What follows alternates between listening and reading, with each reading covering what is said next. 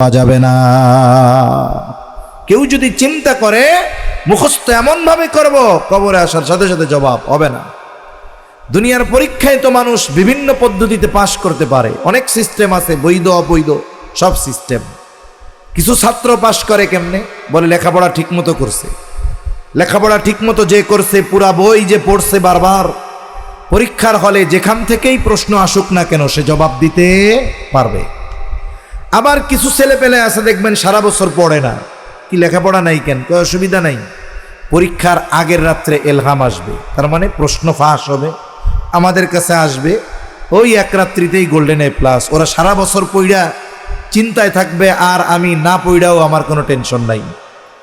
আবার কিছু কিছু ছাত্র আছে পরীক্ষার হলে নকল নিয়ে যায়, নকল নিয়ে গেল, অনেকগুলো নকল নিয়ে যায়, এরপরে দেখে যেই যেই প্রশ্নটার সাথে মিলছে সেইগুলা রেখে বাকিগুলো ফালায়া দেয়। তার মানে লেখাপড়া করে পাশ করা যায়, প্রশ্ন ফাঁসের মাধ্যমে পাশ করা যায়, নকল নিয়ে পাশ করা যায়। আবার কিছু ছাত্র আছে লেখাপড়া কিচ্ছু করে না, আর একজনেরটা দেখে দেখে লেখে পাশ করে, এমন অনেকে আছে না? আছে অনেক। কিন্তু কবরের এই তিন প্রশ্নের জবাব লেখাপড়া বা মুখস্থ করলেই দেওয়া যাবে না। যদি কেউ চিন্তা করে তাহলে মরার আগে ওসিয়ত করে যাব, শোনো আমি যখন মারা যাব আমার কাফনের মধ্যে এই তিন প্রশ্নের জবাব লেখা আমারে দিয়া দিবা। প্রশ্ন যখন করবে জবাব যদি না দিতে পারি দেখা দেখা জবাব দিব।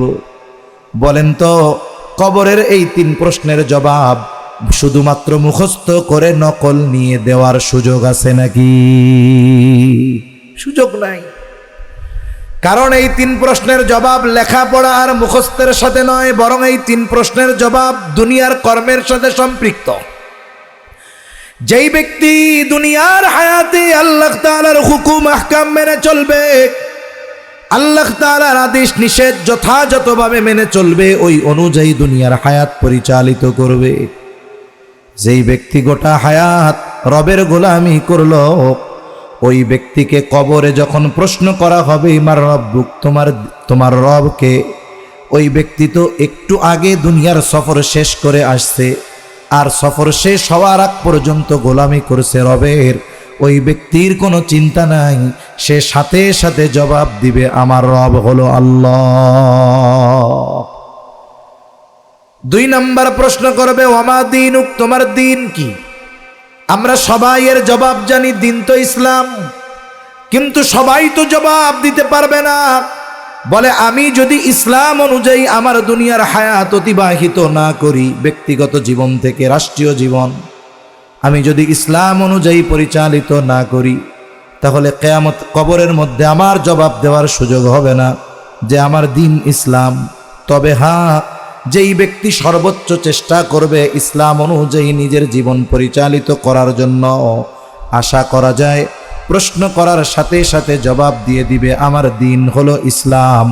3 নম্বর প্রশ্ন ওমান নবিয়ুক, অথবা নবীজিকে দেখিয়ে বলা হবে মা হাযার রাজুলুল্লাযী বুইসা ফীকুম, এই ব্যক্তিকে যাকে তোমাদের কাছে প্রেরণ করা হয়েছিল।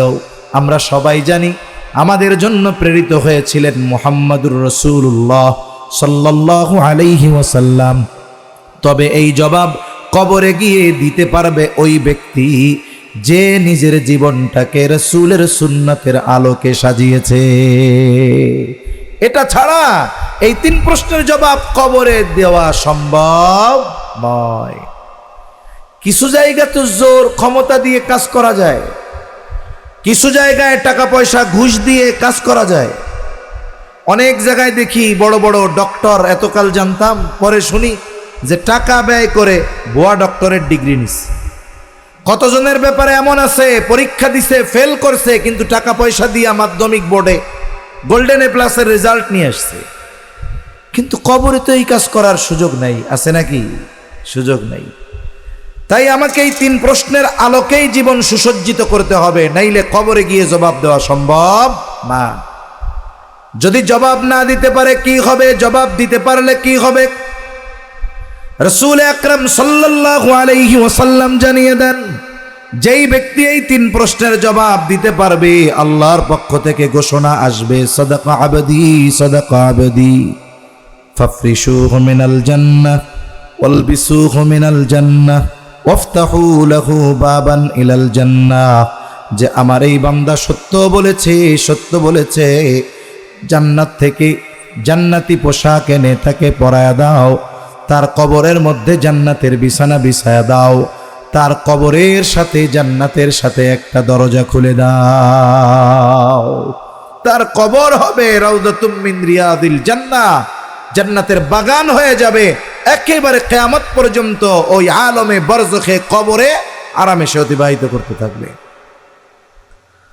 আর যে জবাব দিতে পারবে না তার অবস্থাটা কি হবে, তার ব্যাপারে আল্লাহর পক্ষ থেকে ঘোষণা আসবে, কাযাবা আবদি ফাফরিশুহু মিনান নার ওয়ালবিসুহু মিনান নার ওয়াফতাহু লাহু বাবান ইলান নার। তাকে জাহান্নাম থেকে আগুনের পোশাক এনে পরায় দাও, তার কবরের মধ্যে আগুনের বিছানা বিছায়া দাও, তার কবরের সাথে জাহান্নামের সাথে একটা দরজা খুলে দাও, আর তার কবরটা হয়ে যাবে জাহান্নামের একটা গর্ত। যে আরামে থাকবে, আরামটা কত, যে আরামে থাকবে কবরে, ও মনে করবে এটাই মনে হয় জান্নাত, কারণ ওই সময়টাতে সে যে নেয়ামত ভোগ করবে ওই নেয়ামতের কথাটাও সে দুনিয়ায় চিন্তা করে নাই। আর যার কবরটা জাহান্নামের গর্ত হবে, ও মনে করবে এটা মনে হয় জাহান্নাম, কারণ ওই জায়গার শাস্তি এতটা কঠিন দুনিয়ায় সে কল্পনাও করে নাই। অথচ যেই ব্যক্তি শান্তিতে আছে, জান্নাতের তুলনায় এই শান্তি কিছুই না। আবার যেই ব্যক্তি আযাবে থাকবে, কষ্টে থাকবে, জাহান্নামের শাস্তির তুলনায় এটা কিছুই না। তো যেই কথা বলতেছিলাম যে আমরা শুধু বুঝি যে খুশি মনে হয়, মুখ দিয়া ভাব দেখানো যে হ্যাঁ হ্যাঁ আমি খুব খুশি এই বিষয়ে, আসলে এই জায়গায় তো ওই খুশির কথা বলা হয় নাই। আমি যদি খুশি হই তাইলে আমার কাজ, আমার কর্মের দ্বারা প্রমাণ করতে হবে যে হ্যাঁ আমি রব আল্লাহকে রব হিসাবে পেয়ে খুশি, আমি আমার গোটা হায়াতে আমার রবের কোনো নাফরমানি করব না, আমার জীবন চলে যায় যাক। এই ব্যক্তি পরিপূর্ণ খুশি, ও ঈমানের স্বাদ পায়, ও ইবাদতের মজা পায়। তাহলে আসেন আয়াতটার দিকে আমরা একটু যাই। আল্লাহ তাআলা বলেন, আল ইয়াউমা আকমালতু লাকুম দীনাকুম ওয়া আতমামতু আলাইকুম নি'মাতি ওয়া রাদিতু লাকুমুল ইসলাম দীনা। আল্লাহ তাআলা এই আয়াতে দুইটা জিনিস পূর্ণতার ঘোষণা দিয়েছেন। এক নাম্বার, আল ইয়াউমা আকমালতু লাকুম দীনাকুম, তোমাদের জন্য তোমাদের দিন পরিপূর্ণ করে দিলাম। আর আমাদের দিন হলো ইসলাম, এই দিন পরিপূর্ণ করে দিয়েছেন। সাথে সাথে আল্লাহ তাআলা বলেন, ওয়া আতমামতু আলাইকুম নি'মাতি, তোমাদের জন্য আমি আমার নেয়ামতকে আজকে পরিপূর্ণ করে দিলাম। তাহলে আল্লাহর পক্ষ থেকে এই আয়াতে ঘোষণা যে তোমাদের জন্য দিন পরিপূর্ণ, তোমাদের জন্য আমার নেয়ামত পরিপূর্ণ। বুজুর্গানে দিন বলেন যে দিন যে যতটুকু মানবে নেয়ামত সে ততটুকু পাবে। আমি যদি হাঁটু পানি পর্যন্ত নামি, আমার গলা পর্যন্ত ভিজবে না, ভিজবে হাঁটু পর্যন্ত। আমি যদি আশা করি যে পানির মধ্যে আমি হাঁটু পানি নামবো, গলা পর্যন্ত ভিজে যাবে, এটা তো হবে না। তাহলে দিন যতটুকু মানবে মানুষ ততটুকু নেয়ামত পাবে। এখন বলতে পারেন যে দিন পরিপূর্ণ মানব কিভাবে? আমাদের গোটা দুনিয়ায় তো এমন না, বা আমাদের দেশে তো এমন না যে পরিপূর্ণ ইসলামী শাসন ব্যবস্থা আছে। যদি একটি দিক থেকে আমরা আমাদের করণীয় বর্জনীয় বিষয়গুলোকে দুই ভাগে ভাগ করি, বিষয়টা তাহলে এমন হয়, এক নাম্বার বিষয়, শরীয়তের কিছু বিধানাবলী আছে যেগুলো ব্যক্তি নিজে আমল করার ক্ষেত্রে কোনো রকমের কোনো বাধা নাই। আর কিছু বিষয় আছে যেগুলো বাস্তবায়ন করার জন্য রাষ্ট্রীয়ভাবে ইসলাম দরকার। যেমন একটা দুইটা উদাহরণ দিলে বুঝতে সহজ হবে। আল্লাহ তাআলা কোরআনুল কারীমের মধ্যে বলেন, আস-সারিকু ওয়াস-সারিকাতু ফাকতাউ আইদিয়াহুমা। আল্লাহ তাআলার আদেশ, চুরি যে করবে নারী হোক আর পুরুষ হোক হাত কেটে দিতে হবে। বলেন তো আদেশটা কার? আল্লাহ তাআলার আদেশ। এখন মনে করেন একজন মুরব্বী রাতের বেলা বয়ান শুনতে গেছে, এই আয়াতের কথাটা শুনছে যে আল্লাহর আদেশ, যদি চোর নারী হোক আর পুরুষ হোক হাত কেটে দিতে হবে। তিনি রাতের বেলা ওয়াজ শুনে বাড়িতে গেলেন। শীতের দিন, তিনি আরাম করে মাত্র বিছানায় শুইছেন। একটু পর আওয়াজ। কিসের আওয়াজ? উনি কম্বলের নিচ থেকে মাথা বের করে দেখেন ঘরের মধ্যে কোনো ছায়া দেখা যায়, তার মানে চোর ঢুকছে। দরজা খুলে কি ঢুকছে? চোর ঢুকছে। পাশে আর একজন তাকেও জাগাইছে। এইবার দুইজনে মিলে উঠে, চোর যখন একটু ভেতরে গেছে দরজাটা আটকায়া দুইজন মিলে চোররে ধরছে। মনে মনে চিন্তা করে, সারা জীবন ওয়াজ শুনে আমল করতে পারি নাই, একটু আগে ওয়াজ শুনে আইছি, 1 ঘন্টাও হয় নাই। আল্লাহ বলছে যে চোর নারী হোক আর পুরুষ হোক, দেও হাত কেটে, এ ধর। এইবার চোররে দইরা ওই লোক নগদে চোরের 2টা হাত কেটে দিচ্ছে। এখন বলেন তো, মনে করেন আমাদের দেশের ঘটনা এটা, পরের দিন সকালে জেলে কি চোর যাবে না যে হাত কাটছে সে যাবে? যে হাত কাটছে সে যাবে। চোরকে আরো বাহবা দেওয়া হবে, চোরের পক্ষে মানুষ দাঁড়ায় যাবে। মানবাধিকার কমিশনগুলো বলবে কত বড় জালেম দেখছো, হাত কেটে ফেলছে চোরের। চোর হয়ে যাবে বীর পুরুষ, আর উনি জেলখানার ভাত খাবে। তা এই যে চোর ধরার পরে চোরের হাত কাটার দায়িত্ব ব্যক্তিগতভাবে ইসলাম আমারে দেয় নাই। এর জন্য কি দরকার? ইসলামী শাসন ব্যবস্থা দরকার, বিচারক দরকার, ওইটা কাটার লোকও আছে, রায় দেওয়ার লোকও আছে। তাহলে এইটার দায়িত্ব আমার না। কিন্তু বলেন তো, শরীয়তে ইসলামের অনেক বিধান আছে যেগুলো আমি মান্য করতে গেলে কোনো বাধা নাই। কিছু তো থাকবে, ওইটা স্বাভাবিক। ধান যত ভালো হোক কিছু চিটা থাকেই, যত ভালো হোক কিছু চিটা থাকেই। আলহামদুলিল্লাহ, এখন পর্যন্ত বলেন তো আমাদের দেশে 5 ওয়াক্ত নামাজ যদি কেউ যথাযথভাবে পড়ে তাকে বাধা দেওয়ার কেউ আছে নাকি? 5 ওয়াক্ত নামাজ আদায় করার নির্দেশ ইসলামে আছে, আল্লাহ তাআলা দিয়েছে। আমাদের দেশে যদি কোনো ব্যক্তি সম্পদওয়ালা হয়, যাকাত দিতে চায়, বাধা দেওয়ার কেউ আছে?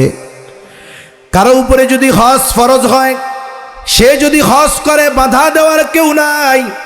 কেউ যদি পর্দা করে, নিজের ঘরের মানুষদেরকে পর্দা করায়, শরীয়তের অন্যতম ফরজ বিধান, বাধা দেওয়ার কেউ নাই। কেউ যদি সুদ না খায়, ব্যাংকের ক্ষমতা নাই জোর করে আপনাকে আমাকে সুদ খাওয়াবে। আপনার জান বা মালের নিরাপত্তার জন্য আপনি টাকা ব্যাংকে রাখলেন, সুদ যদি না নেন, জোর করে আমাকে আপনাকে সুদ খাওয়ানোর কেউ নেই। সরকারি চাকরিজীবী যারা, তারা যদি ঘুষ না খায়, জোর করে ঘুষ খাওয়ানোর কেউ নাই। কেউ যদি চিন্তা করে আমি মানুষের হক নষ্ট করব না, আমারে মাথায় পিস্তল ঠেকায়া বলার মতো কেউ নাই যে অন্যেরটা মাইরা খা, বলার মতো আছে কেউ? তার মানে শরীয়তে ইসলামের অনেক বিষয় আছে, যেই বিষয়গুলো আমল করার ক্ষেত্রে, মান্য করার ক্ষেত্রে কোনো ধরনের কোনো বাধা নাই। এখন এই যে ব্যক্তিগতভাবে আমরা যেগুলো মানতে পারবো, এই বিষয়টা আমরা কতটুকু মানি? আমরা তো বলি 92% মুসলমান, আমরা ইসলাম মানি। তাই 92% মুসলমানের মধ্যে 100 জনে কতজন যেই বিষয়গুলো মানার সুযোগ আমার আছে ইসলামের, সেই বিষয়গুলো মানি কয়জন? বের করেন। শতকরা 2 জন পাওয়া যাবে না।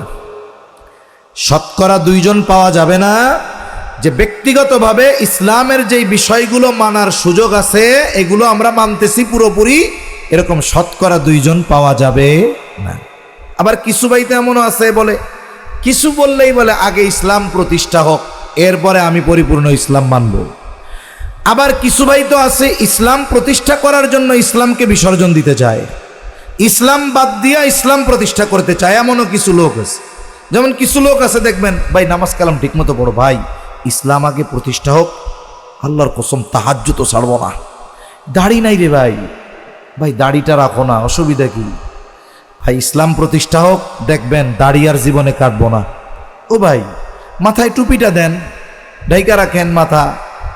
না ভাই আগে ইসলাম প্রতিষ্ঠা হোক, দেখবেন এরপরে আর টুপি মাথার থেকে নামাবো। এটা ভাই একটু সুন্নাতি জামা পরেন, নামাজে আসছেন। ভাই ইসলাম প্রতিষ্ঠা হোক, দেখবেন জীবনে আর ওই প্যান্ট শার্ট গেঞ্জি পরবো না, একবারে পুরোপুরি সবসময় সুন্নাতি লেবাস পরে থাকবো। এইরকম কিছু মানুষ আছে ইসলাম মানার জন্য অপেক্ষা করতে থাকে ইসলাম কখন প্রতিষ্ঠিত হবে রাষ্ট্রীয়ভাবে। কিন্তু আল্লাহ তাআলার ওয়াদা কি জানেন? আল্লাহর তো একটা ওয়াদা আছে,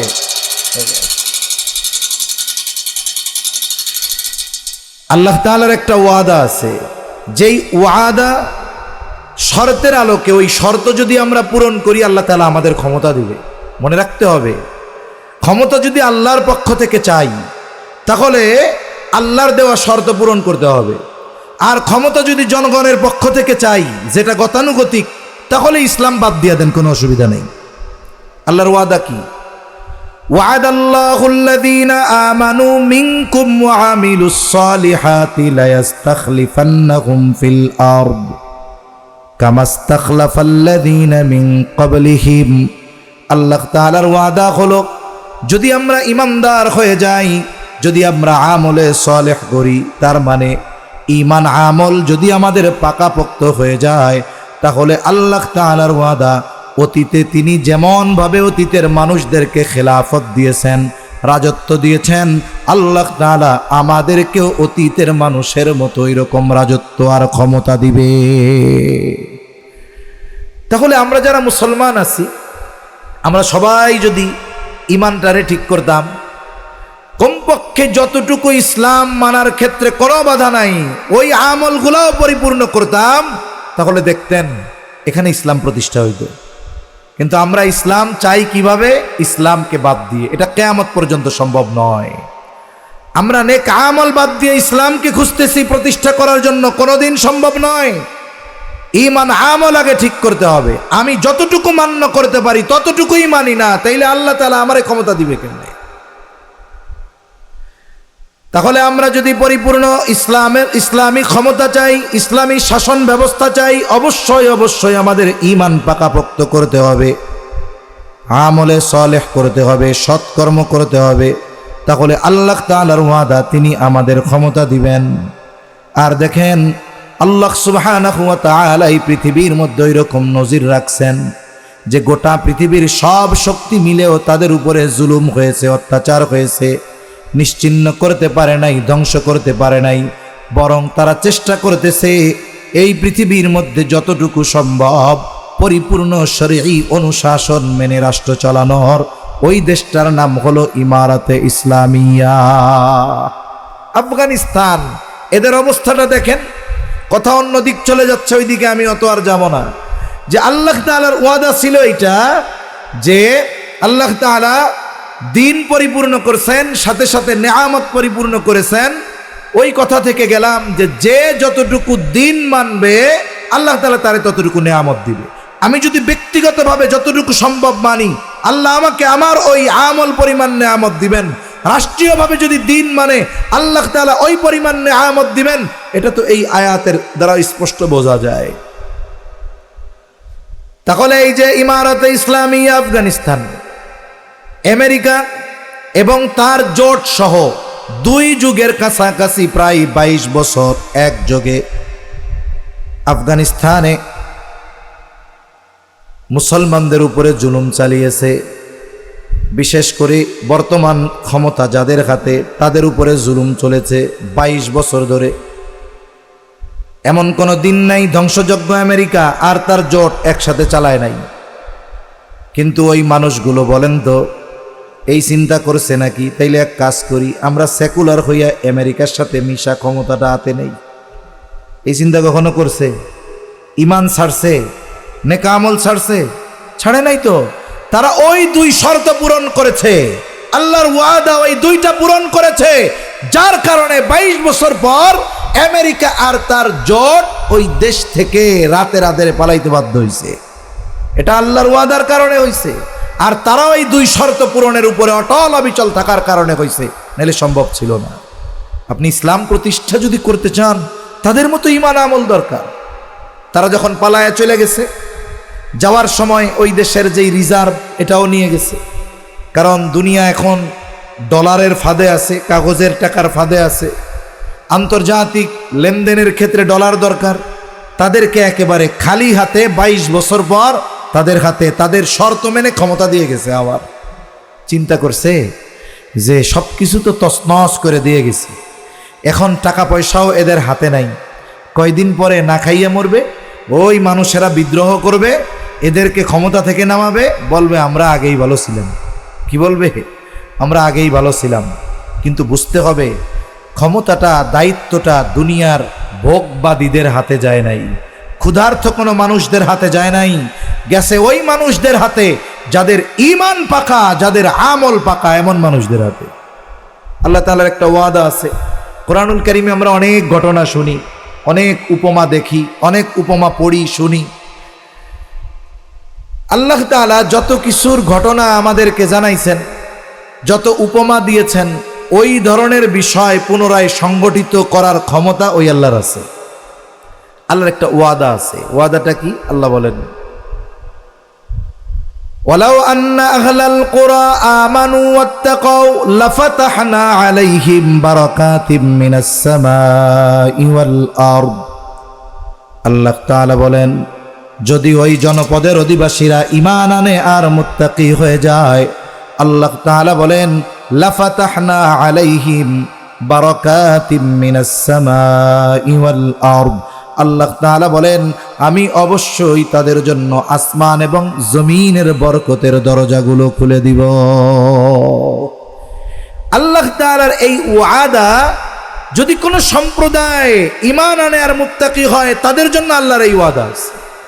এখন ওই সম্প্রদায়ের মানুষরা তো ঈমান আনছে, তাকওয়ার দিক দিয়ে এই পৃথিবীর অন্যতম অবস্থান তাদের ক্ষেত্রে আল্লাহ তাআলার এই ওয়াদা আল্লাহ বাস্তবায়ন করছে। তাদের হাত শূন্য, কিন্তু আল্লাহ কি করছে? আল্লাহ তাআলা ওই জমিনের নিচ থেকে তেলের খনি একের পর এক উদ্ভাবন হচ্ছে, নিজস্ব পদ্ধতিতে তেল উত্তোলন তারা শুরু করছে।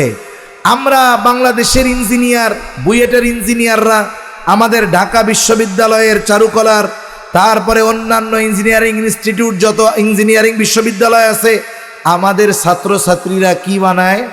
বলে বানায় হলো পহেলা বৈশাখের হুতুম পেঁচা, পহেলা বৈশাখের হাতির মাথা।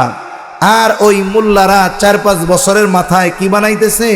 বলে এই পৃথিবীর সবচেয়ে আধুনিক গাড়ি বানানোর চেষ্টায় তারা আছে, নিজস্ব উদ্ভাবনী ব্যবস্থা প্রয়োগ করে অস্ত্র বানানোর চেষ্টা করতেছে, নিজস্ব প্রযুক্তি ব্যবহার করে তেল উত্তোলন করতেছে। সময়ের সাথে সাথে তারা কৃষিক্ষেত্রে বিপ্লব ঘটাচ্ছে, বড় বড় খাল ক্যানেল খনন করে একরের পর একর জমির মধ্যে ফল উৎপাদন করতেছে। তাদের উৎপাদিত ওই দেশের ফলের জুস গোটা পৃথিবীব্যাপী আলোড়ন সৃষ্টি করতেছে। আর আমাদের ইঞ্জিনিয়াররা আছে হুতুম পেশা রাতির মাথা নিয়া, বৈশাখের প্রথম দিন সে মঙ্গল কামনা করতেছে, কার কাছে আল্লাহই জানে। তাহলে কি হলো দেখুন, বর্তমান দুনিয়ার মধ্যে যাদের মুদ্রার মান সবচাইতে দ্রুততার সাথে বাড়তেছে, এরা হলো ওই দেশ আফগানিস্তান। অথচ কয়েক বছর আগেও $1 1 বস্তা টাকা নেওয়া লাগতো। এখন তাদের অবস্থা কি? বলে আমাদের টাকার চাইতে ওই দেশের টাকার মান বেশি, তার মানে আমাদের দেশের অর্থনীতির চাইতে ওই দেশের অর্থনীতির মান অনেক ভালো। এই অল্প সময়ে এটা সম্ভব কিভাবে হলো? এই অল্প সময়ে এটা সম্ভব হওয়ার অন্যতম কারণ ঈমান আর তাকওয়া। তারা যেহেতু ইসলাম মানার চেষ্টা করতেছে, আল্লাহ তাআলা ওই পরিমাণ নেয়ামত আর বরকত তাদেরকে দিচ্ছে। আসমান হতে বরকত, জমিন হতে বরকতের দরজা আল্লাহ তাআলা খুলে দিচ্ছে। তাই আমরাও যদি পরিপূর্ণ ইসলামের উপরে নিজেদেরকে প্রতিষ্ঠিত করতে পারি, কমপক্ষে যতটুকু আমরা ব্যক্তিগতভাবে মানার ক্ষেত্রে কোনো বাধা নাই, আমরা 92% মুসলমান যদি ওই পরিমাণ ইসলাম মানি, কোনো চিন্তা করা লাগবে না। আল্লাহ তাআলারই ওয়াদা, আল্লাহ তাআলা এই পৃথিবী পরিচালনার ক্ষমতা মুসলমানদের হাতে তুলে দিবে। আমরা যে ক্ষমতা থেকে দূরে, এর অন্যতম কারণ ঈমান আমল থেকে দূরে। খোঁজ নেন, 92% মুসলমান আমরা বলি, খোঁজ নিলে দেখা যাবে যে আমাদের সমাজে মুসলমানদের মধ্যে 10% মানুষের ঈমান হয়তো ঠিক থাকতে পারে, 90%-এর ঈমানের মধ্যে ঝামেলা, আকীদাগত সমস্যা। অনেক ইমানদার তো এমন পাবেন যে মুসলমানের ঘরে জন্ম, নিজের পরিচয় ইমানদার হিসাবে দেয়, কিন্তু সে নাস্তিকদের দলে ভিড়ে গেছে। এরকম অনেক আছে, অনেক আছে। অনেকে দেখা যাবে জীবনের কোন সময় কথার দ্বারা, কর্মের দ্বারা ঈমানকে ধ্বংস করে ফেলছে, নিজেও জানে না। তাহলে খোঁজ নিলে দেখা গেল কি 10% ইমানদার নাই। এখন এই 10%-এর মধ্যে আমল যারা করে, প্রকৃত আমল কয়জনের হয়? দেখা যাবে 100 জন যারা আমল করে, 100 জনের মধ্যে 95 জনের আমল সহিশুদ্ধ হয় না। তাই সম্মানিত উপস্থিতি, আমাদের ইসলামের মধ্যে পরিপূর্ণভাবে অন্তর্ভুক্ত হওয়া দরকার। আমরা কোরবানি আসলে মুসলমান হয়ে যাই, আমরা রোজা আসলে মুসলমান হয়ে যাই। এই যে কোরবানির সময় দেখবেন মানুষ কোরবানি দিতে কত আগ্রহী, নিরুৎসাহিত করার জন্য বলতেছি না, যারা কোরবানি দেয় এরা চিন্তা অনেকে এমন করে আমি যদি কোরবানি না দেই এটা লজ্জার বিষয় না। কোরবানি শরীয়তের একটা হুকুম, এটা তো শর্ত সাপেক্ষে। কিন্তু ওই ব্যক্তি নামাজ পড়ে না, এই কারণে তার লজ্জা লাগে না। কোরবানি দিতে পারবে না বা দিবে না এই জন্য লজ্জায় পড়ে হলেও কোরবানি দেয়। কিন্তু মুসলমান ওই ব্যক্তি নামাজ পড়তেছে না, লজ্জা করে না, বেপরদায় চলে, লজ্জা করে না, ঘুষ খায়, লজ্জা করে না, সুদ খায়, লজ্জা করে না, বনের সম্পদ মেরে খায়, লজ্জা করে না। তাহলে অবস্থাটা কি হইল? তার মানে আমরা কিছু ইসলাম মানি যেটা নিজের সুবিধাজনক এটা মানি, যেইটা আমার জন্য অসুবিধা মনে হয় এটা মানি না। তাই আল্লাহ বলেন এটা তো হবে না। ইয়া আইয়ুহাল্লাযীনা আমানু দুখুলু ফিস-সিলমি কাফা ওয়া লা তাত্তাবিউ খুতুওয়াতিশ-শাইতান ইন্নাহু লাকুম আদুউম মুবিন। আল্লাহ তাআলা বলেন ইয়া আইয়ুহাল্লাযীনা আমানু, হে ঈমানদারেরা, উদখুলু ফিস-সিলমি কাফা, তোমরা পরিপূর্ণভাবে ইসলামের মধ্যে দাখিল হয়ে যাও, ইসলামের মধ্যে অন্তর্ভুক্ত হয়ে যাও। কিছু মানব কিছু মানব না এমনটা নয়। আমি যেহেতু আল্লাহর প্রতি ঈমান এনেছি, আল্লাহ তাআলার হুকুম আহকাম যত কিছু আছে আমি পরিপূর্ণ মানব। আমি আল্লাহর হুকুম আহকামের সামনে নিজেকে পরিপূর্ণ আত্মসমর্পণ করায়া দিব, আমি পরিপূর্ণ মুসলমান হব। আর একজন ব্যক্তি পরিপূর্ণ দিন মানার ক্ষেত্রে সবচাইতে বড় বাধা হলো শয়তান। আমরা যে দিন মানতে পারি না, পরিপূর্ণ ইসলামের মধ্যে যদি যে অন্তর্ভুক্ত যে হতে পারি না, ইসলাম যে মানতে পারতেছি না, এর অন্যতম কারণ, অন্যতম বাধা হলো শয়তান। কারণ আমরা তো আল্লাহ এবং রসুলের আনুগত্য বাদ দিয়ে শয়তানের আনুগত্য শুরু করে দিয়েছি। তাই আল্লাহ তাআলা বলেন, বান্দা ওয়ালা তাত্তাবিউ খুতুওয়াতিশ শাইতান, তুমি শয়তানের পদাঙ্ক অনুসরণ করো না। কারণ শয়তানের পদাঙ্ক অনুসরণ করে, শয়তানের অনুসরণ যদি কেউ করে, সে দুনিয়ায় ক্ষতিগ্রস্ত হবে, আখিরাতেও ক্ষতিগ্রস্ত হবে। পবিত্র কোরআনুল কারীমের মধ্যে এই দুনিয়ায় যারা শয়তানের পদাঙ্ক অনুসরণ করে তাদের অবস্থা কি হবে আল্লাহ জানায়া দেন। যখন বিচার আচার শেষ হবে, যারা দুনিয়ায় শয়তানের অনুসরণ করেছিল, শয়তানরে অভিভাবক বানায় নিয়েছিল, ওই মানুষগুলো শয়তানরে তালাশ করতে থাকবে, কোথায় গেল আমাদের দুনিয়ার অভিভাবক? আজকে আমাদের জন্য তো জাহান্নামের ফয়সালা হয়ে গেছে, কোথায় আমাদের অভিভাবক? আমাদেরকে আজকে বাঁচাবে কে? শয়তান কোথায়? তারা খুঁজতে থাকবে, খুঁজতে থাকবে। একটা সময় তারা শয়তানকে দেখতে পাবে, শয়তানকে দেখতে পাবে, এবার তার পেছনে দৌড় শুরু করবে। একটা জায়গায় গিয়ে শয়তান দাঁড়ায়া যাবে, শয়তান এবার দাঁড়ায়া তাদের উদ্দেশ্যে একটা বক্তব্য দিবে। বক্তব্য আল্লাহ তাআলা কোরআনুল কারীমের মধ্যে এই বক্তব্যের কথাটাও জানায় দেয়। শয়তান তাদের উদ্দেশ্যে বক্তব্য দিবে। আহা, শয়তান কি বলবে সেই দিন? ইন্নাল্লাহা ওয়া'আদাকুম ওয়া'দাল হক ওয়া ওয়া'আদতুকুম ফাআখলাফতুকুম ওয়া মা কানা লিয়া আলাইকুম মিন সুলতান ইল্লা আন দা'আউতুকুম ফাস্তাজাবতুম লি ফালা তালুমুনি ওয়ালুমু আনফুসাকুম মা আনা বিমুসরিখিয়া ওয়া মা আনতুম বিমুসরিখিয়া ইন্নী কাফারতু বিমা আশরাকতুমুনি মিন ক্বাবল ইন্নায যালিমিনা লাহুম আযাবুন আলীম। শয়তান তার বক্তব্যে বলবে, ইন্নাল্লাহা ওয়া'আদাকুম ওয়া'দাল হক, আল্লাহ তাআলা তোমাদের ব্যাপারে যে ওয়াদা দিয়েছিল এটাই সত্য ওয়াদা। আল্লাহর ওয়াদা কি আমাদের ব্যাপারে? আল্লাহ কি বলছে? ইন্নাল্লাযীনা আমানু ওয়া আমিলুস সালিহাত কানাত লাহুম জান্নাতুল ফিরদাউসি নুজুলা খালিদিনা ফিহা লা ইয়াবগুনা আনহা হিওয়ালা। ইন্নাল্লাযীনা আমানু ওয়া আমিলুস সালিহাত, নিশ্চয়ই যারা ঈমান আনে আর সৎকর্ম করে, তাদের জন্যই জান্নাতুল ফেরদাউসের মেহমানদারি। সুবহানাল্লাহ। উপরন্তু যারা আল্লাহ তাআলার উপরে ঈমান আনে না, কুফরি করে, তাদের জন্য জাহান্নামের শাস্তি। এটা তো আল্লাহর ওয়াদা, এটাও আল্লাহর ওয়াদা। ঈমান আনো, মুত্তাকি হও, অতীতের মানুষদের মতো তোমাদেরকে ক্ষমতা দেওয়া হবে। এই যে আল্লাহ যেই ওয়াদাগুলো দিয়েছে, নিশ্চয়ই আল্লাহ তাআলার ওয়াদাগুলোই সত্য। তোমাদের ব্যাপারে আল্লাহ যা ওয়াদা করছে এগুলাই সত্য। ওয়া ওয়া'আদতুকুম ফাআখলাফতুকুম, আমিও তো দুনিয়ায় তোমাদের সাথে অনেক কিছুর ওয়াদা করছিলাম। আরে এখন একটু যা করার কর, হায়াত বহুত বাকি। বেটা তোর দাদা বৈশা রয়েছে, বাপ বৈশা রয়েছে, তুই এখন মরবি। আরে তোর হায়াত আরো অনেক আছে, এখন যা মন চায় কর, কদিন পরে বুড়াকালে ভালো হয়ে যাস, অসুবিধা নাই, নেক কাজ তখন করবি।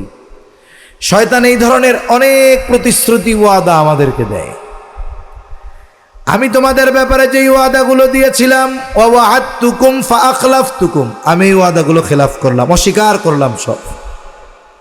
শোনো, তিরস্কার করবে এবার ওর অনুসারীদেরকে। দুনিয়ায় আল্লাহ বলছে তার শয়তানের অনুসরণ কইরো না, ইন্নাহু লাকুম আদুউম মুবিন, শয়তান তোমাদের প্রকাশ্য দুশমন, আল্লাহ সুস্পষ্টভাবে জানায়া দিল।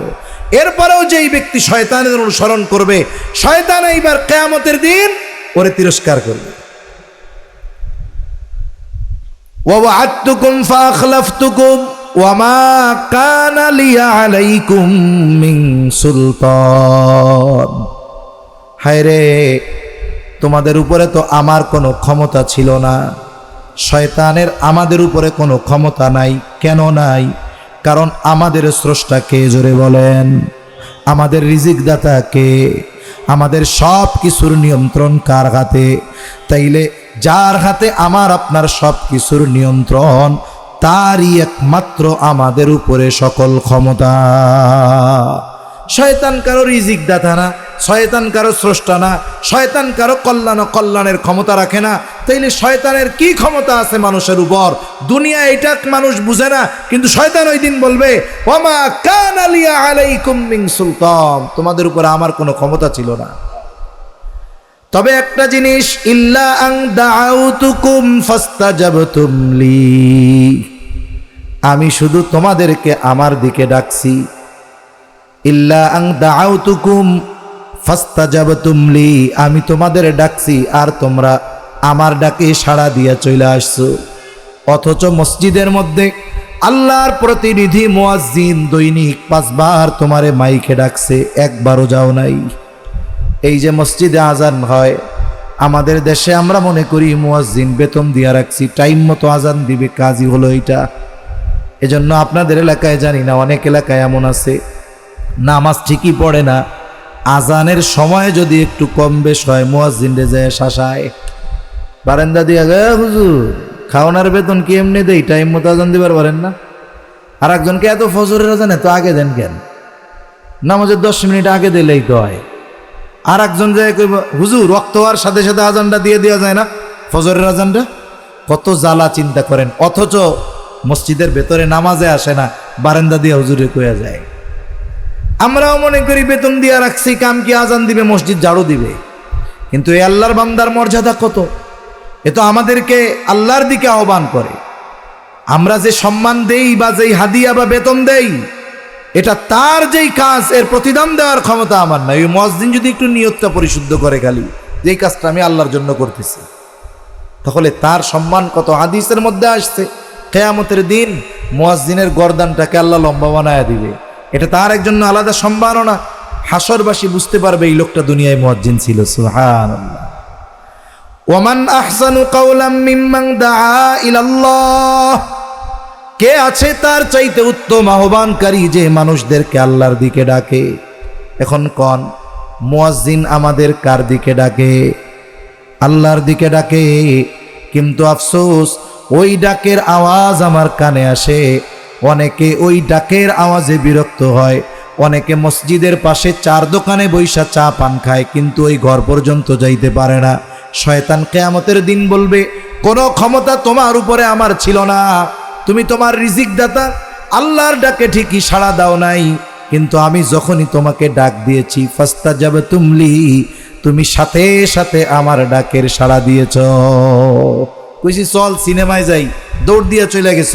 ভালো কাজে তোমার ডাইকা পাওয়া যায় নাই, কারণ আমার মিশনই তো ছিল এইটা। তোমাদের দুনিয়ায় পাঠানোর আগেই তো আমার মিশন এইটা সেট হয়ে গেছে, তোমাদেরকে আমার জাহান্নামে নিতে হবে। আমি আল্লাহর সাথে ওয়াদা করে এসেছি, ক্বালা ফাবি ইজ্জাতিকা লা উগওয়িয়ান্নাহুম আজমাইন, রবের ইজ্জতের কসম করে আসছি যে সবগুলোরে আমি পথভ্রষ্ট করব, জাহান্নামের পথের পথিক বানায়া দিব। আমার কাজই তো এটা, আমি দুনিয়ায় যা মিশন তাই তো করছি। তোমারে আল্লাহ স্মরণ করায় দিছে, বারবার বলছে যে আমি তোমাদের প্রকাশ্য দুশ্মন, এরপরেও তোমরা আমার ডাকে সাড়া দিয়ে আসছো। তোদের মতো নাফরমান আর কেউ আছে? ফালা তালুমুনি ওয়ালুমু আনফুসাকুম, তাই আজকে আমারে কোনো অভিশাপ দিও না, আমারে তিরস্কার কইরো না। তোমরা নিজেরা নিজেদের তিরস্কার করো, নিজেরা নিজেদের অভিশাপ দাও। তোমরা কত বড় নাফরমান। যে আল্লাহ তোমাকে বানাইছে, যে আল্লাহ তোমাকে রিজিক দেয়, যেই আল্লাহর হাতে তোমার সব কিছুর নিয়ন্ত্রণ, সেই আল্লাহর ডাকে সাড়া না দিয়া তুমি আমার ডাকে সাড়া দিয়েছ। আরে আমারে দোষারোপ করবি কেন? তুই আজকে নিজেরা নিজে তিরস্কার কর। শয়তানও ওই দিন তাদেরকে ভৎসনা করবে। মা আনা বিমুসরিখিকুম ওয়া মা আনতুম বিমুসরিখিয়া, আজকে আমি তোদের কি উপকার করব?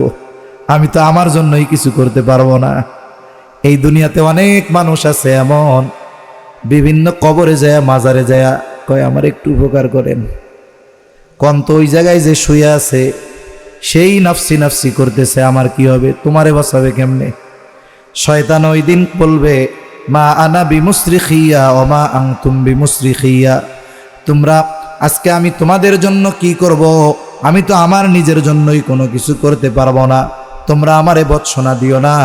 ইন্নী কাফারতু বিমা আশরাকতুমুনি মিন ক্বাবল, তোমরা আমার সাথে যত কিছুর শরীক স্থাপন করেছিলা, আজকে আমি সব কিছুকে অস্বীকার করলাম।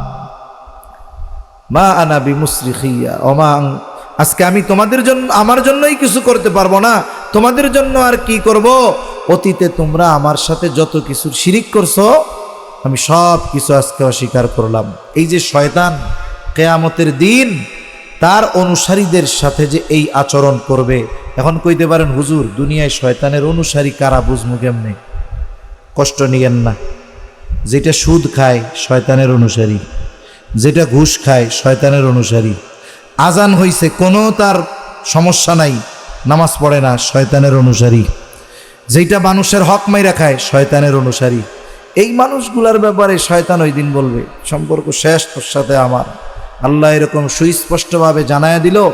এরপরেও যদি আমরা আল্লাহর দিকে ফিরে না যাই, তাহলে বলেন আমাদের মতো বড় জালেম আর কেউ নাই। তাই আল্লাহ বলেন, ইন্নায যালিমিনা লাহুম আযাবুন আলীম। আল্লাহ তাআলা জালেমদের জন্য কঠিন শাস্তি প্রস্তুত করে রাখছেন, তৈরি করে রাখছেন। তাই ভাই আমাদেরকে পরিপূর্ণ ইসলামের মধ্যে অন্তর্ভুক্ত হতে হবে। শুধু ওই আশায় যদি আমরা বসে থাকি যে হ্যাঁ রাষ্ট্রীয়ভাবে ইসলাম প্রতিষ্ঠা হোক, এরপরে আমরা করব, ওই চিন্তা তো আছে। আগে নিজেকে তো পরিপূর্ণ পাক্কা ইমানদার বানাতে হবে। যদি এমনটাই হইতো যে ইসলাম বাদ দিয়ে বা কোনো লেয়াজু করে কারো সাথে হাত করে ইসলাম প্রতিষ্ঠা করা যাইতো, তাইলে নবীজি সাল্লাল্লাহু আলাইহি ওয়াসাল্লামকে ওই যে প্রস্তাব কাফেররা দিয়েছিল, নবীজি তাই করতেন। কিন্তু না, ইসলামের ব্যাপারে বিন্দু পরিমাণ কোনো সুযোগ নাই। ইসলাম যদি লেয়াজু করে প্রতিষ্ঠা করা যাইতো, তাহলে নবীজি ওই চেষ্টা করতেন। অথচ নবীজি জুলুম সহ্য করেছেন, মাতৃভূমি ছেড়েছেন, হিজরত করেছেন, সাহাবায়ে কেরাম রক্ত দিয়েছেন, তবুও ইসলামের ব্যাপারে বিন্দু পরিমাণ তারা ছাড় দেন নাই। নবীজি সাল্লাল্লাহু আলাইহি ওয়াসাল্লাম যখন দুনিয়া থেকে চলে গেছেন, কি এক কঠিন পরিস্থিতি। একদল ধর্ম ত্যাগ করা শুরু করছে, আর একদল যাকাত দিতে অস্বীকার করতেছে। ওমর রাদিয়াল্লাহু তাআলা আনহুর মতো কঠিন সাহাবী, আবু বকর সিদ্দিক রাদিয়াল্লাহু তাআলা আনহু, তাদের বিরুদ্ধে যুদ্ধ ঘোষণা করেছেন যাকাত দিতে যারা অস্বীকার করেছে। নবীজি আবু বকর সিদ্দিক রাদিয়াল্লাহু তাআলা আনহু বলছেন যে যাকাত তো দিবেই, নবীজির সময় যে রশিটা দিত ওই রশিটাও দিতে হবে, ছাড় দেওয়া হবে না। ওই সময়টা একটা অবস্থা ওইরকম। ওমর রাদিয়াল্লাহু তাআলা আনহু এসে বলছেন, একটু নমনীয় হওয়া যায় না? ওই সময় সবচাইতে নরম দিলের সাহাবী আবু বকর সিদ্দিক রাদিয়াল্লাহু তাআলা আনহু কঠিন আওয়াজে বলেছেন, আয়ানকুসুদ্দিন ওয়া আনা হাইয়ুন, আরে দ্বীনের কোন বিষয়ে কমতি হবে আর আমি বেঁচে থাকবো, এটা হতে পারে না। অথচ আফসোসের বিষয়, ইসলামের ব্যাপারে আমরা শুধু উদার, শুধু ছাড়তে রাজি আছি, শুধু কত ছাড়া যায়। আমাদের ইসলামের অবস্থা হলো কিরকম হইছে, একটা গল্প বইলে আমার কথা শেষ করি, লম্বা কথা আর করব না। এখন একটা ছেলে বাজার থেকে পায়জামা কিনে আনছে। কি কিনে আনছে? ও নামাজে যাবে। স্বাভাবিকভাবে আমাদের দেশের মানুষ এমনি সময় পায়জামা লুঙ্গি টাকনুর নিচে পরে, কিন্তু নামাজের সময় দেখবেন ইকামত হচ্ছে আর গুছায় দিচ্ছে। অথচ উচিত সবসময় টাকনুর উপরে কাপড় বা পায়জামা পরা, কারণ ওই অংশ জান্নাতে যাবে না। এখন কেউ অসুস্থতার কারণে খেয়ালবশত নিচে হয়ে গেছে, সেটা ভিন্ন, কিন্তু অনেকে আসে দেখবেন ইচ্ছা করে একেবারে জুতার সাথে লাগায় পড়ে। এটা অহংকার প্রদর্শনের শামিল, এটা করা যাবে না। মা আসফালা মিনাল কাবাইনি মিনাল মা আসফালা মিনাল কাবাইনি মিনাল ইজারি ফিন্নার। এই যে টাকনুর নিচে পায়জামা বা লুঙ্গির এই অংশটা যে যাবে, ওই অংশটা জান্নাতে প্রবেশ করবে না, এটা জাহান্নামে যাবে। তা দেখেন, এখন ওই ছেলেটা বলছে যে নামাজ পড়বো, তা পায়জামাটা এক বিগত কাটতে হবে, নইলে এটা টাকনুর নিচে থাকে। বোন রে বলছে, বোন এই পায়জামাটা একটু কাইটা দিও, আমি একটু নামাজ পড়তে যাব, গোসল করে আসি। বোন বলছে, না না, পারবো না পারবো না। এখন গেছে ভাবির কাছে, ভাবির আড়াল থেকে বলছে, ভাবি নামাজ পড়তে যাব, আমার পায়জামাটা এক বিগত কাইটা দিয়েন। আমি পারবো না, ব্যস্ত আছি। মা রে বলছে, মা নামাজ পড়তে যাব, পায়জামাটা এক বিগত কাইটা দিয়েন। আচ্ছা ঠিক আছে, যাও। এবার মা এক বিগত কাটছে। একটু পরে ভাবি চিন্তা করতেছে, যাই হোক, আমার স্বামীর ছোট ভাই নামাজ পড়তে যাবে, পায়জামা কাটতে বলল, এখন কি না কইছে, এটা তো ঠিক হয় নাই। উনি এসে আর এক বিগত কাটছে। এইবার সুন্দর মতো বোন চিন্তা করছে, ছোট ভাইটা এত আদর করি, বলল যে নামাজ পড়তে যাবে, পায়জামা কেটে দেওয়ার জন্য, না বলা ঠিক হয় নাই। উনি এসে আর এক বিগত কাটছে। এখন বলেন তো, ওই পায়জামা পইরা কি নামাজে যাওয়া যাবে? ওটা তো হাফ প্যান্ট হয়ে গেছে। আমাদের অবস্থা হয়েছে এরকম, আমরা ইসলামের ব্যাপারগুলো, ব্যক্তিগত জীবনের গুলাও ছাড়তে ছাড়তে এমন বানাইছি যে ইসলামকে আর ইসলামের মতো রাখি নাই, ইসলামকে আমাদের মতো বানায় ফেলছি। আমাদের সমস্যা হলো, আমরা ইসলামকে চাই আমাদের মতো, আমরা ইসলামের মতো চলতে চাই না। আমরা কি চাই? ইসলামকে আমাদের মতো চাই। এজন্যই দেখবেন হরেক রকমের ব্যাখ্যা আসে ইসলামের ব্যাপারে, কিন্তু মনে রাখতে হবে যে ইসলামের পরিপূর্ণ ব্যাখ্যা আমাদের নবী সাহাবায়ে কেরাম পরিপূর্ণভাবে দিয়ে গেছেন। এখান থেকে নতুন করে নতুন কোনো ব্যক্তির ব্যাখ্যা ইসলামের মৌলিক বিষয়ে গ্রহণ করার কোনো সুযোগ নাই। তাই সব কিছু পুরাণ হয়, ইসলাম কখনো পুরাণ হয় না। কেউ যদি মনে করে যে এটা তো ১৫০০ বছর আগের জীবন ব্যবস্থা, এখন কি এটা চলবে? ইসলাম এমন এক জীবন ব্যবস্থা, পৃথিবী যতদিন থাকবে, যত সুবিধা অসুবিধা, যত প্রয়োজনীয়তা সামনে আসবে, সব কিছুর সমাধান ইসলামের মধ্যে আছে, কোনো সন্দেহ নাই। যদি ইসলাম এমন হতো যে এটা মধ্যযুগে চলে, আধুনিক যুগে চলে না, তাহলে এই পৃথিবীতে যত মানুষ আছে, ২০০ কোটি মানুষ ইসলাম মানতে পারুক আর না পারুক, তারা এই কথার মৌখিক স্বীকৃতি কমপক্ষে দেয় যে আমাদের দিন ইসলাম। এই ২০০ কোটি মানুষ নিজেদের জীবন ব্যবস্থা হিসাবে, ধর্ম হিসাবে ইসলামকে স্বীকৃতি দিত না। মনে রাখতে হবে, ইসলাম সর্বযুগে সর্বকালে অনুসরণীয়, অনুকরণীয় এক জীবন ব্যবস্থা। আজকে দুনিয়ায় যত অসুবিধা দেখতেছেন, অর্থনীতি বলেন, পৌরনীতি বলেন, সমাজনীতি বলেন, পারিবারিক বলেন, সাথে সাথে এই যে হাজারো অপরাধ, খুন, ছিনতাই, ধর্ষণের ঘটনা বলেন, যা বলেন, এই অপরাধগুলোর ব্যবস্থা যদি ইসলামের আলোকে নেওয়া হতো, চ্যালেঞ্জ দিয়ে বলা যায় অপরাধগুলো কমে যাইত, ঠিক কিনা? আরব এবং আফ্রিকার কয়েকটা দেশে ইসলামের কয়েকটি বিধান আছে। কিছু দেশে চুরি করলে হাত কাটে, ব্যভিচার করলে যার যেরকম শাস্তি এরকম শাস্তি দিয়ে দেয়, যার মৃত্যু তাকে মৃত্যু, যার বেত্রাঘাত তার বেত্রাঘাত। এই কয়েকটা বিষয় আছে, এতেই ওই সব দেশে মানুষেরা নিরাপদ, মানুষের জীবন নিরাপদ। তাই ইসলাম এমন এক জীবন ব্যবস্থা যেটার মধ্যেই মূলত মানুষের জন্য কল্যাণ আছে। ইসলাম সামগ্রিক কল্যাণের কথা চিন্তা করে। আজকে দেখেন ভাইও হয়তো কিছু কথা বলছে, আমাদের দেশের অবস্থাটা কি?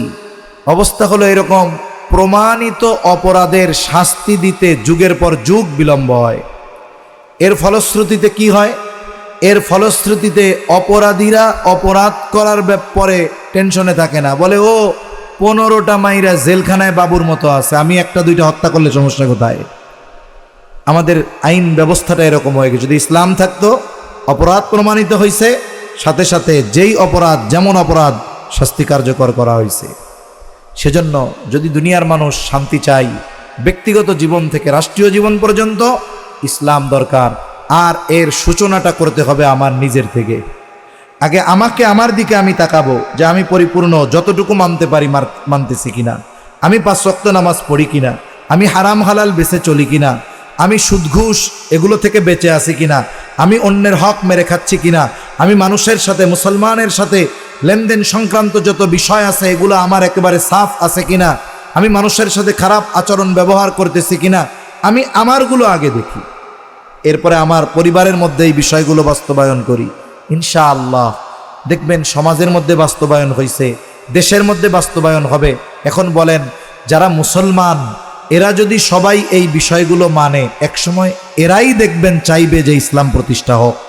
কিন্তু আমার মধ্যে ইসলাম নাই, আমি বলতেছি ইসলাম চাই, আমার মধ্যে নাই, আমি যখন বলি চাই, ওই পাশ দিয়ে মানুষ মজা করে আর হাসাহাসি করে, দেখ নিজে ইসলাম মানে না, সে আবার ইসলাম মানার কথা বলতেছে। আমি যদি আমার ঘরের মানুষদেরকে বেপরদায় চালাই, আপনারা যদি জানেন যে এই হুজুরের ঘরের মানুষ বেপরদায় চলে, হুজুরও বেপরদা, চোখের গোনা করে, এই করে, এদিক তাকায়, এটা তাকায়, আমি এসে যদি আপনাদের পর্দার ওয়াজ করি, চোখ হেফাজতের ওয়াজ করি, কি বলবেন? নিজের ঘরের পর্দা নেই, উনি এসে পর্দার ওয়াজ করতেছে। তাহলে এই যে গুরুত্বপূর্ণ বিষয়টা কেন হালকা হয়ে গেল? বলে আমি আমল না করার কারণে। তাই সম্মানিত উপস্থিতি, যারা আছি, যারা শুনতেছি, আমরা দৃঢ় প্রতিজ্ঞাবদ্ধ হই এখন থেকেই ইসলামের যেই বিষয়গুলো মানার ক্ষেত্রে রাষ্ট্রীয় কোনো বাধা নাই, জীবন নাশের হুমকি নাই, এই বিষয়গুলোই আমরা পরিপূর্ণ অনুসরণ করি। 5 ওয়াক্ত নামাজ মসজিদে গিয়ে পড়ি, হারাম হালাল বেঁচে চলি, মানুষের হকের ব্যাপারে সচেতন হই, আমার ঘরের মানুষদেরকে পর্দা করে চালাই, দিনের উপরে চালাই। ইনশাল্লাহ দেখবেন সমাজের মধ্যে শান্তি আসবে। আল্লাহ তাআলা ইসলাম অনুসরণ যত করব, ওই রকম আল্লাহ তাআলা আমাদেরকে নেয়ামত দিয়ে ভরপুর করে দিবে। আল্লাহ সুবহানাহু ওয়া তাআলা আমাদের সকলকে পরিপূর্ণ ইসলামের মধ্যে দাখিল হওয়ার, অন্তর্ভুক্ত হওয়ার তৌফিক দান করেন। আল্লাহ তাআলা আমাদের সকলকে ঈমানের স্বাদ, ঈমানের মজা উপলব্ধি করার তৌফিক দান করেন বলি আমিন। দেখেন, ঈমানের মজাটা হলো এরকম যে জীবন চলে যাবে তবু ওই স্বাদ ছাড়তে মনে চাইবে না। আমরা হযরত বেলাল রাদিয়াল্লাহু তাআলা আনহুর ঘটনা শুনি। হ্যাঁ, হযরত বেলাল রাদিয়াল্লাহু তাআলা আনহুকে যখন ওনার মনিব উমাইয়া রশি দিয়ে বেঁধে মরুভূমির উত্তপ্ত বালুর মধ্যে টানতেছে, কারণ কি? কারণ হলো ঈমান আনছে আর শুধু বলে আহাদ আহাদ আহাদ। আবু বকর সিদ্দিক রাদিয়াল্লাহু তাআলা আনহু এসে বলছে, বেলাল তোমার দিলের অবস্থা তো আল্লাহ জানে, ঈমানের অবস্থা তো আল্লাহ জানে, তুমি এখন একটু চুপ থাকো, তাইলে তোমার উপরে শাস্তির মাত্রাটা একটু কমবে। কি অমানবিক নির্যাতন বলেন তো! এরপরেও হযরত বেলাল রাদিয়াল্লাহু তাআলা আনহু চুপ থাকতে পারেন নাই। কেন? বলে উনি ওই আহাদ ডাকার মধ্যে এত বেশি মজা পাইছে যে ওই মজার সামনে ওই শাস্তিটা ওনার কাছে তুচ্ছ হয়ে গেছে। মজার সামনে ওনার শাস্তিটা তুচ্ছ হয়ে গেছে। হযরত আসিয়া আলাইহিস সালাম ফেরাউন মারার জন্য রেডি করছে, 4 হাত পায়ে প্যারাগ্লাইডে দিছে, উপর থেকে পাথর ফালাবে। উনি ওই টাইমে বাঁচার কাকুতি মিনতি করেন নাই, ঈমানের মজা পাইছেন। উনি বরং আল্লাহর কাছে বলতেছে, রব্বি বিনি লি ইনদাকা বাইতান ফিল জান্নাহ ওয়া নাজ্জিনি মিন ফিরআউনা ওয়া আমালিহি ওয়া নাজ্জিনি মিনাল কওমিজ জালিমিন। উনি ওই সময় তো আল্লাহকে বলতেছে, রব আপনার কাছে আমার জন্য একটা ঘর আপনি বানান, জান্নাতে আমার জন্য আপনার কাছে একটা ঘর আপনি বানান, এই ফিরআউন আর এই জালেমদের থেকে আমারে নিষ্কৃতি দেন। তাহলে দেখুন, ঈমানের মজা যখন কেউ পায় তার জন্য ইবাদত তো সহজ। ঈমানের কারণে যত কষ্ট তার উপরে আসুক, ঈমানের মজাটা এত বেশি হয় যে ওই কষ্টটা তার কাছে তখন তুচ্ছ হয়ে যায়। তাই আমরা আল্লাহর কাছে দোয়া করি, সাহাবায়ে কেরামও দোয়া করতেন, আল্লাহও জানায়া দিছেন, আল্লাহুম্মা হাব্বিব ইলাইনাল ঈমান, আল্লাহ আপনি আমাদের কাছে ঈমানকে সবচাইতে প্রিয় বানায়া দেন। যদি ঈমান সবচেয়ে প্রিয় হয়ে যায় তাহলে ঈমানের মজা পাবো, ইবাদতের মজা আমরা পাবো। আল্লাহ সুবহানাহু ওয়া তাআলা আমাদের সবাইকে ঈমানের স্বাদ দান করেন, পরিপূর্ণ ইসলামের মধ্যে দাখিল হওয়ার তৌফিক আল্লাহ দান করেন। সকলে বলি আমিন। ওয়া আখিরু দাওয়ানা আনিল হামদুলিল্লাহি রাব্বিল আলামিন। আসসালামু আলাইকুম ওয়া রাহমাতুল্লাহি ওয়া বারাকাতুহু। আমরা দুরূদ শরীফ পড়ি। আল্লাহুম্মা সাল্লি আলা মুহাম্মদ ওয়া আলা আলি মুহাম্মাদিন কামা সাল্লাইতা আলা ইব্রাহিম ওয়া আলা আলি ইব্রাহিম ইন্নাকা হামিদুম মাজিদ।